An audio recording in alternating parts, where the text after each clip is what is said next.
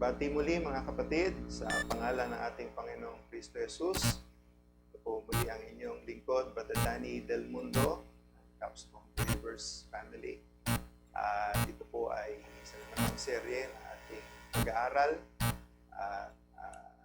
Ngayong gabi ay isang mabiyaya at punong-puno ng sigla na pagbati po mula sa inyong lingkod, sa lahat ng mga kapatiran at sa iba pang taga-subaybay din ng ating COD sa iba't ibang panig ng Pilipinas at gayon din sa iba't ibang panig ng mundo na siyang sumusubaybay po sa atin. At malaking encouragement po sa inyong lingkod ang mga positibong reaksyon tungkol sa mga bagay na atin pong pinag-uusapan at sa awa ng Panginoon tayo po ay nagpapatuloy. So, bago po tayo bumasa ng kasulatan, muli ko kayong ibibigay sa ating mga awit ngayong gabi. We have requested Sister Micah once again to render us a song. God bless you.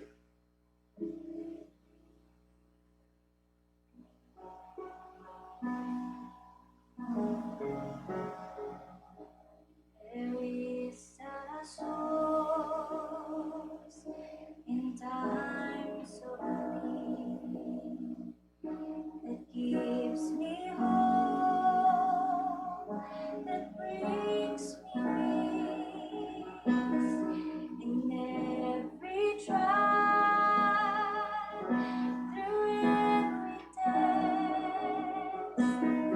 My Savior stands in my defense. So when the road you walk leaves you tired and worn, all your strength is gone, and your heart feels torn. Remember, God is greater than the storm. Take courage, for the battle is the Lord's. And when the waters rise, and He calls my name and leads me calm out on the way, He holds my hand lest I should falter, and makes me stand out on the water. So when the road you walk leaves you tired and worn, and your strength is gone, and your heart feels torn, remember, God is greater than the storm. Take courage, for the battle is the Lord. Remember, God is greater than the storm. Take courage, for the battle is the Lord.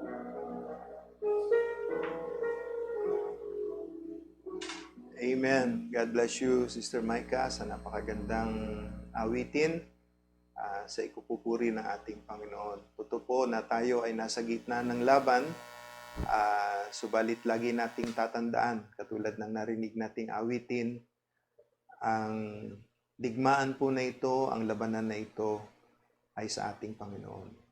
At siya po ang ating tanggulan, at siyang protector natin, siya ang ating defender sa lahat ng sandali. Kaya ngayong gabi ay pag-uusapan natin ang isang simpleng paksa, mga kapatid, at marahil ay magpapatuloy din ito ng ating pinag-usapan sa nauna nating Bible study kagabi. So bago ang lahat, tayo po ay magbukas ng ating Biblia dito sa Romans chapter 10 verse 17 and also Revelation chapter 3 verse 22. Dalawang talata po ang ating teksto ngayon at dalangin ko na ito ay makatulong sa atin. Sabi dito sa Romans chapter 10 verse 17, "So then faith cometh by hearing, and hearing by the word of God." At sa sunod na talata, sa Revelation chapter 3 verse 22 naman, ay ganito rin ang sinasabi, "He that hath an ear, let him hear what the Spirit saith unto the churches." Yumuko po tayo at manalangin sandali. Amen. Dakilang Diyos, pinakamakapangyarihan ka sa lahat. At ngayong gabi, katulad ng awitin na narinig namin, the battle is the Lord's, and you are our Lord. Kaya sa gabing ito, Panginoon, patuloy ang aming tiwala, patuloy ang aming kumpiyansa, sapagkat meron kaming isang dakilang katiyakan at ikaw yun, Panginoon, na sa gitna ng labanan na ito na aming hinaharap, ay wala kaming pangamba, Panginoon, dahil meron kang pangako sa amin. At sa munting paksa na pag-uusapan namin ngayong gabi, sa pamamagitan nito, Panginoon, ay makatulong upang makapagbigay ng munting encouragement at iangat mo ang aming pananampalataya, Panginoon, dahil ikaw lang ang pwedeng gumawa ng bagay na ito. Once again, we commit everything into your mighty hands, Lord, in Jesus Christ's wonderful name. Amen. Praise the Lord. God bless you. So, dalawa pong pamilyar na mga talata ang atin pong binasa. At ito ay may kinalaman po sa pananampalataya. No? Katulad ng awitin na atin pong nadinig, the battle is the Lord's. So, totoo po yan, no? Pero kailangan nating sampalatayanan na ang laban na ito ay sa Kanya. Dahil kung tayo lang ang haharap, tayo lang ang maninindigan, tayo lang ang makikibaka, ay hindi po natin ito kakayanin. Kailangan natin ng tulong ng ating Panginoon. But it requires faith para nang sa ganon ay pakinabangan natin ang pangakong ito ng ating Panginoon. Amen. So, ang pamagat po ng ating paksa ay The Thinking Man's Filter. Marahil ang karamihan sa atin ay nabasa na rin ang kabuuan ng mensaheng ito na ipinangaral ng ating kapatid about the thinking man's filter. At dyan po iikot ang ating subject ngayong gabi, no?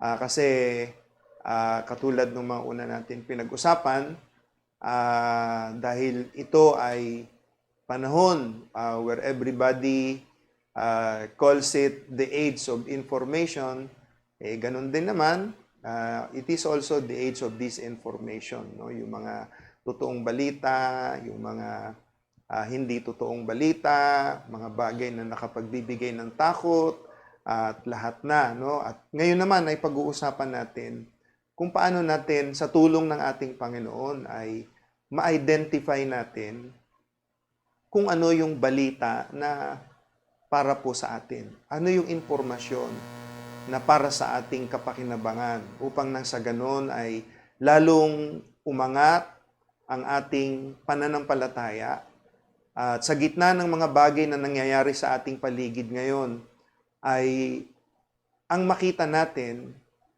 ay yung pangako ng ating Panginoon sa gitna ng mga bagay na ito.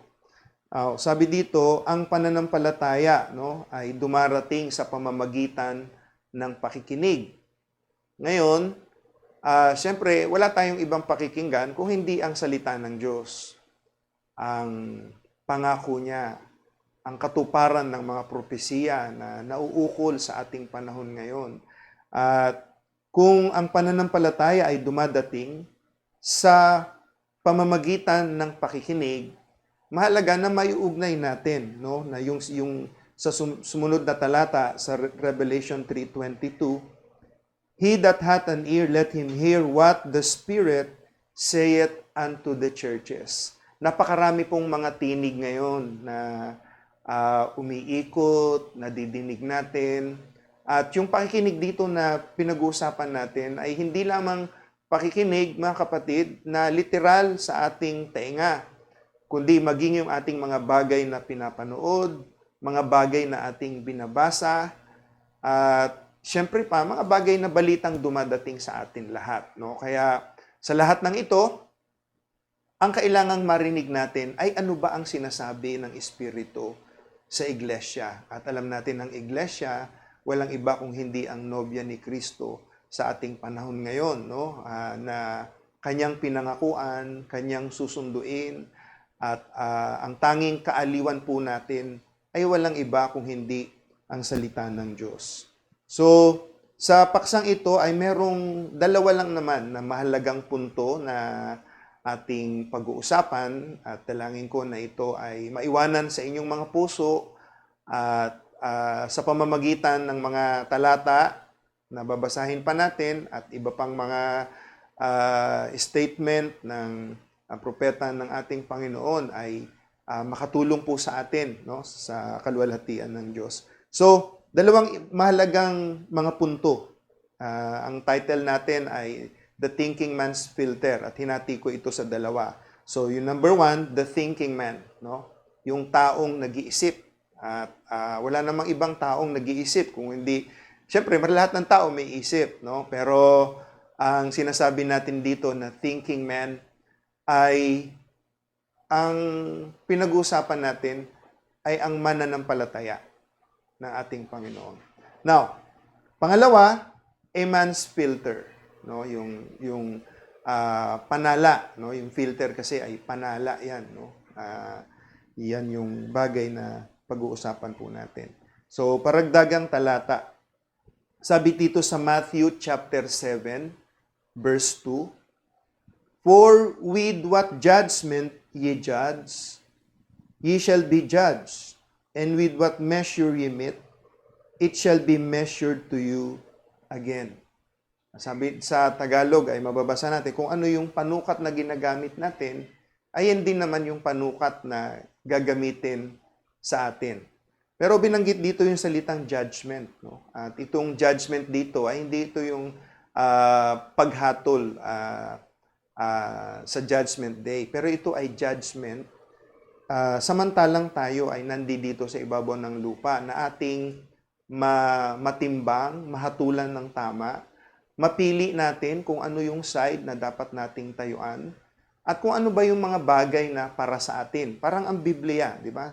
Sa Biblia maraming nakasulat dito. Pero nakasulat dito yung parusa sa mga makasalanan, parusa sa mga anghel na lumabag sa salita ng ating Panginoon at iniwanan nila ang salita ng Diyos, at eventually ay naging kalaban po sila ng Diyos. So yung mga hatol sa kanila, mga hatol sa kasalanan, yung ikalawang kamatayan, yung dagat-dagatang apo, yan po ay mga nakasulat din dito sa Biblia.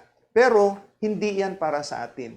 Kaya mahalaga na mapili natin yung mga bagay na ipinangako sa atin ng ating Panginoon, and in that way ay we will be able to conduct ourselves batay doon sa ating sinasampalatayanan na bahagi ng salita na inangkin natin na ito ay para sa atin. Dahil katulad ng sinabi ng kasulatan, no, kung paano tayong sumusukat o kung ano yung panukat na ginagamit natin, ganun din tayong susukatin. At ang tao, mga kapatid, no, sa kagaya ng nangyayari sa ating panahon ngayon, kung ano yung bagay na ating interes, yung mga bagay na pinahahalagahan natin, ay dun po nasusukat kung ano ang ating paninindigan, kung ano ang sukat ng ating pananampalataya, kung paano tayong mag-react sa mga sitwasyon, kung paano nating piliin yung mga impormasyon na para sa atin, at hindi natin tanggapin yung mga impormasyon na hindi naman para sa atin, at nang sa ganon ay huwag masayang yung panahon natin sa mga bagay na wala namang maitutulong sa atin, lalo pa sa ating pananampalataya. Okay, so about the thinking man, ang isang taong nag-iisip ay meron pong sekreto, no? At alam nyo, ang sekreto parang birtud yan, no? Na dahil dyan meron kang isang bagay na panlaban mo sa anumang bagay na darating. Sabi dito sa 2 Timothy chapter 1 verse 7, "For God hath not given us the spirit of fear, but of power and of love and of a sound mind." Sa ibang pag-aaral natin, nabanggit na natin itong mga talatang ito, hindi tayo binigyan ng Diyos ng espiritu ng takot. Kaya ibig sabihin, kung yung impormasyon na dumarating sa atin ay nagbibigay sa atin ng takot, hindi yun sa Panginoon. Kasi hindi yun ang pangako ng Diyos sa atin. Sapagkat ang espiritu na binigay sa atin ng ating Panginoon ay may kapangyarihan at ito ay puno ng pag-ibig. At sa pamamagitan nito, sabi, we're given a sound mind. Ano yung sound mind? Isang matinong pag-iisip sa simpleng salita. Sensible, no? Yung makatwiran. Isang kaisipan na matibay. At ito ay sa halip na magbibigay ng kahinaan, ay nagbibigay ito ng kalakasan. Sa Proverbs naman, chapter 23, verse 7, ang sabi dito, "For as he thinketh in his heart, so is he." No? Ito po ay bahagi ng talatang ito. So, ang tao daw ay nag-iisip sa pamamagitan ng kanyang puso. At kung paano siya mag-isip, yun siya. No? Kaya ang tao nasusukat kung paano siya mag-isip. Kung yung kanyang kapahayagan ay nasusukat, kung paano siya mag-isip, kung paano niya ikandak yung sarili niya, kung paano siyang tumugon sa mga sitwasyon, doon siya nasusukat, no? Dahil ang tao ay nasusukat sa paraan ng kanyang pag-iisip, pagdidesisyon. At ngayon, ito yung kaibahan po natin, mga kapatid. Dahil ang isang anak ng Diyos, nag-iisip siya sa pamamagitan ng kanyang puso. No? Bakit sa puso? Kasi sa puso natin, dun dumadapo ang ating pananampalataya. Ang normal na tao, sa pamamagitan ng kanyang pangangatwiran, ng reasoning, ay iniisip niya, matalino siya, edukado siya, marami siyang alam. No? At alam nyo, yan ang ulo ng tao. Yan ang gustong-gustong kontrolin ni Satanas. Yung pag-iisip ng tao. Pero ang Diyos, puso ang gustong gamitin ng ating Panginoon. Sapagkat sa puso, naroroon yung compassion. Sa puso, naroroon yung pananampalataya. Now, example, no? So, sa pag-iisip natin, binigyan tayo ng ating Panginoon yung tinatawag nating common sense. No? Sa Tagalog, yung sentido común. At alam nyo, ang common sense, ang definition po niyan, sabi sa dictionary, common sense is a basic level of practical knowledge and judgment that we all need to help us live in a reasonable and safe way. No? So, ito daw yung paraan, yung practical, yung practical na pamamaraan at kaalaman. At sa pamamagitan nito ay hahatulan natin o didesisyonan natin ang isang bagay. At kung meron tayong tinatawag na sentido common sense, magiging reasonable yung ating pamumuhay at tayo ay magiging ligtas. No? Pangalawa, sabi dito, it is the natural ability to make good judgments and to behave in a practical and sensible way. So, yun isabihin sa pamamagitan, natural ability. Sa madaling salita, mga kapatid, ang sino mang tao na ipinanganak dito sa ibabaw ng lupa ay pinagkalooban ng Diyos ng common sense. No? Sentido común ang tawag. Kaya lang, yung mga tao, kumikilo sila, nagdidesisyon sila, para silang walang common sense. No? Pero, masikip man isipin yan, ito po ay taglay ito ng tao. Siguro yung ibang tao, hindi lang nila napapagtanto na nasa kanila ito. No? Yun minsan ng isang bagay na hindi ka nagiging epektibo dahil minsan hindi mo alam kung ano yung taglay mo. No? But this is only on the natural side, on the natural level, no? Yung tinatawag nating common sense, yung natural. Halimbawa, sabihin natin, kung kahit na pag-usapan natin ang salita ng Diyos, pagdating doon sa Garden of Eden, doon sa Garden of Eden, nung magkasala si Adan at saka si Eva, dahil ang sabi ng Biblia, sila'y kumain ng bunga ng punong kahoy na pinagbawal ng Panginoon na kanilang kainin. At alam natin na sinuway nila ito at natukso yung babae at pagkatapos ay pinresenta niya rin ang kanyang sarili doon sa lalaki, walang iba kundi si Adan. At ang naging bunga, mga kapatid, ng kanilang pagkakasala ay nagkaroon sila ng malis at nahiya silang humarap sa Panginoon at nasumpungan nila ang sarili nila na sila ay hubad. Okay? So, ngayon, ang ginawa nila, tinakpan nila yung kanilang mga sarili, tinakpan nila yung kanilang kahihiyan. Pero hindi nila tinakpan yung kanilang bibig. Now, common sense will tell us na walang kinalaman yung literal na pagkain. Kasi kung literal na pagkain ang naging pagkakasala doon sa Garden of Eden, at yun ay yung tinatawag nating original sin, dapat sana ay hindi katawan o yung bahagi nakakahiya nila ang tinakpan po nila, no?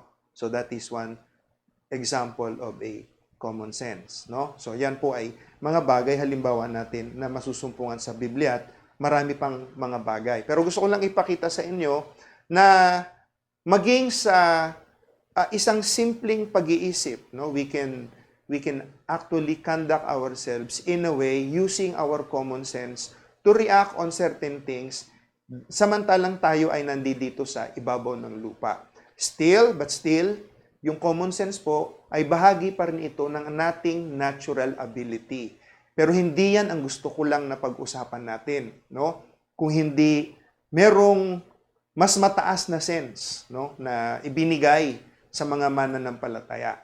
At tinawag natin itong sixth sense, no? Sixth sense. Kasi ang tao sa natural, meron tayong five senses, no? Meron tayong pandama, meron tayong panlasa, meron tayong pandinig, pangamoy, at yung ating paningin, no? So ito ay limang pandama na taglay ng isang tao. At tayo ay nagre-react sa pamamagitan ng mga senses na iyan.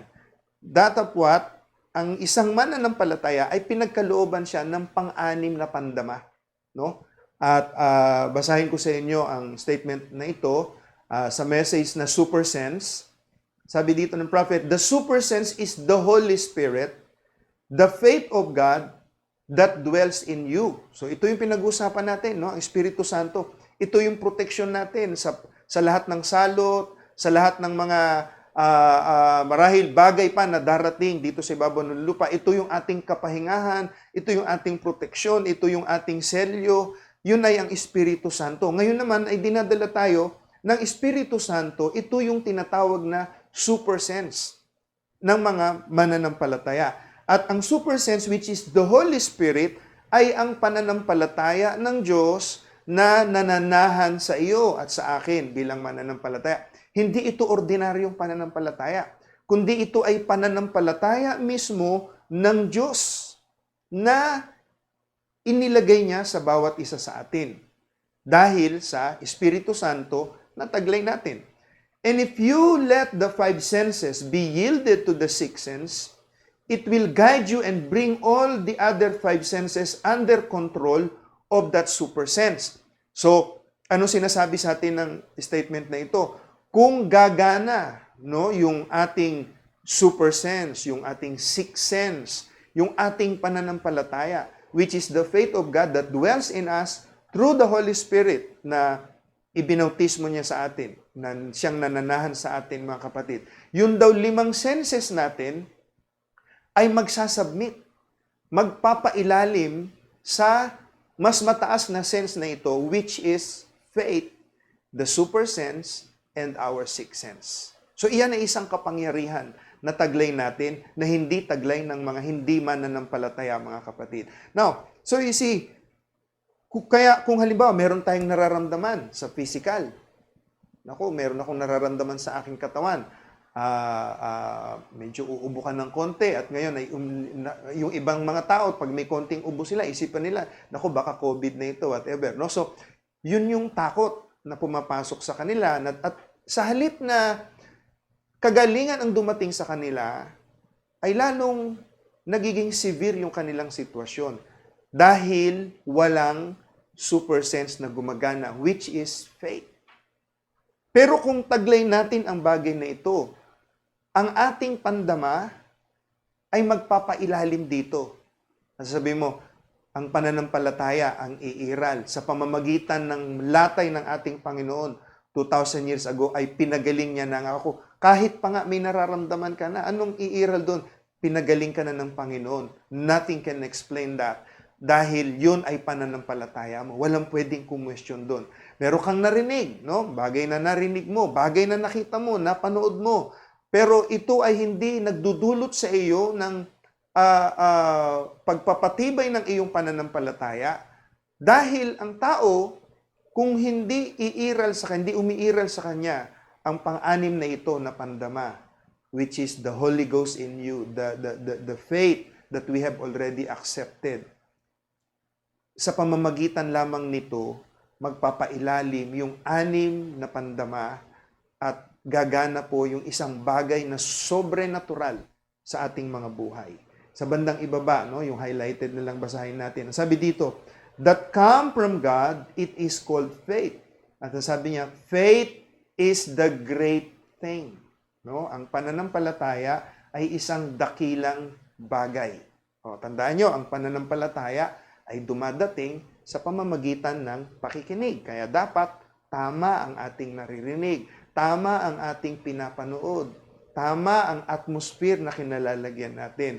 Ngayon, paano naman natin masasala yung mga bagay na ating naririnig, yung mga bagay na ating napapanood, yung mga bagay na realidad na nandiyan, nasa paligid natin, mga kapatid, totoo na nangyayari. Pero paano tayong mabubuhay sa pamamagitan ng sirkumstansyang ito, no? At paano natin masasala yung mga bagay na dumadating po sa atin? Ano yung panala natin? Ito ang sinasabi ng Biblia. Sa Hebrews chapter 4, verse 12, for the word of God is quick, no? And powerful, and sharper than any two-edged sword, piercing even to the dividing asunder of soul and spirit and of the joints and marrow, and it is the discerner of the thoughts and intents of the heart. So paano natin sasalain yung mga impormasyon na dumarating sa atin? Yung mga balita ngayon na nagsasalimbayan, yung mga politiko na nagtatalo-talo, nagpapaligsan, sino ang pakikinggan natin sa mga bagay na ito? Although tayo'y bahagi pa rin ng buhay dahil nandito pa tayo sa ibabaw ng lupa. Pero tandaan nyo mga kapatid, bilang mananampalataya, meron po tayong salita ng Diyos na pinangahawakan. Meron tayong mensahe, no? Na ang mensaheng pinaniniwalaan natin mga kapatid.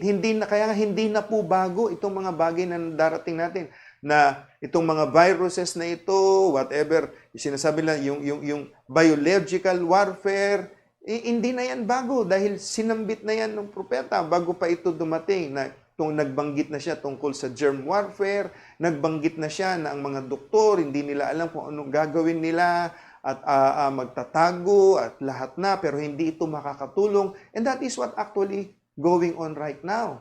Pero isang bagay na pinagpapasalamat po natin, meron po tayong salita ng Diyos. Meron tayong mensahe na nagbigay na sa atin ng babala bago pa dumating ang bagay na ito. Kaya hindi tayo natatakot dahil anuman ang mangyari, meron po tayong proteksyon. Alam nyo, anong mangyayari lang naman? It's either ma-extend o kaya ma-shorten. Di ba? Itong sitwasyon natin ngayon. Kung ito'y may extend, pupurihin pa rin natin si Lord. Kasi meron tayong protection sa Kanya. Kung ito'y ma-shorten, salamat pa rin sa Diyos. Kasi pagkatapos nito, yung kinasasabikan nating gawain, mga fellowship at lahat na, once again, we can do it. Pangatlo, Paano kung hindi na ito matapos? At sa kalagitnaan nito ay dumating ng ating Panginoon. Eh di mas lalong masaya. Mas lalong kalwalhatian at kapuri-puri para sa ating Panginoon. Nasabi niya, Matthew 24:35, Heaven and earth shall pass away, but my words shall not pass away. Amen. So, ito ang ating panala. Walang iba kung hindi ang salita ng ating Panginoon. Ito ang ating pananggalang, no, sa lahat ng mga bagay. At alam nyo, ang panahon na ito, it is just getting more exciting, and we are living in the most thrilling, challenging time of the age. Pero napakaganda itong statement na ito, no? At isa ito sa huli kong babasahin sa inyo. Sabi ng prophet, supernatural God in a supernatural body, in a natural people, giving supernatural signs. Hallelujah. Yes, a super race. Sino yung super race? Ang bride yun, mga kapatid. They that know their God shall do exploits, great exploits, and show supernatural signs. No? So yun daw mga taong nakakakilala sa Diyos, they will do exploits. Ibig sabihin, makakagawa sila ng mga bagay na hindi magagawa ng iba. Makakagawa tayo ng mga bagay na hindi natin dating nagagawa. Bakit? Because we belong to the super race. We belong to the supernatural body of the Lord Jesus Christ. At magpapamalas ang Diyos ng kapangyarihan. Mga kapatid, ngayon ang mga tao minsan nag-aaway-away, nagtatalo-talo sila, yung mga rasyon ng pagkain na maaabot ng mga barangay, ng city government, ng ating national government, yung iba nagdaramdam at lahat na. Pero ang bride, panatag din mga kapatid. Kasi alam natin pag dumating ang pagkakataon, halimbawa, dumating ang pagkakataon, wala nang mairarasyon. Ayaw nating mangyari. Pero kung ipapahintulot ng Panginoon, mangyayari yon. But with the super sense that the bride has, mga kapatid, dito tayo makakasaksi ng mga himala. Dito gagawa ang Diyos ng mga himala. Sa panahon na yan, na wala ka ng masulingan, kung ipapahintulot muli ng ating Panginoon, kung yan ay mangyayari, merong mangyayari. Na hindi natin dating nagagawa. Pero iiral ang pananampalataya. Kaya dito tayo minumuldi ng Diyos sa pamamagitan ng mensahe. Meron ba tayong basihan ng mga bagay na yan? Meron po. Si Abraham, si Sarah, matatanda na po sila nung dumating sa kanila ang pangako ng Panginoon para sila magkaanak. Wala na silang kakayanan. Wala silang magamit na mga gamot para pasariwain ang sinapupunan ni Sarah. Wala. Na on the natural side. Pero dahil may pangako ang Diyos, sa gitna ng napakaraming mga question at maraming mga negatibong mga bagay sa paligid ni Abraham at ni Sarah, anong ginawa ng Panginoon? Binago ng Diyos ang kanilang katawan. Bumata si Sarah at si Abraham. Nagbuntis si Sarah, mga kapatid. Pinatunayan ng Diyos na ang salita niya totoo. Amen? Si Elijah, muli, walang pagkain. There was famine in the land at that time. Nandoon siya sa isang lugar, malayo, mag-isa lang niya. Pero ginamit ng Panginoon ng isang ibon para pakainin, mga kapatid, si Sarah. No? Si Jesus, nung siya'y nabubuhay, 2,000 taon ang nakalipas. Unang-unang himala na ginawa niya. Anong nangyari? Sa gitna ng kasalan. At sa panahon na yon, bahagi ng kasalan ang alak at special na alak pa ang ginawa ng ating Panginoon. Anong ginawa niya? Pinapuno niya yung lahat ng mga tapayan.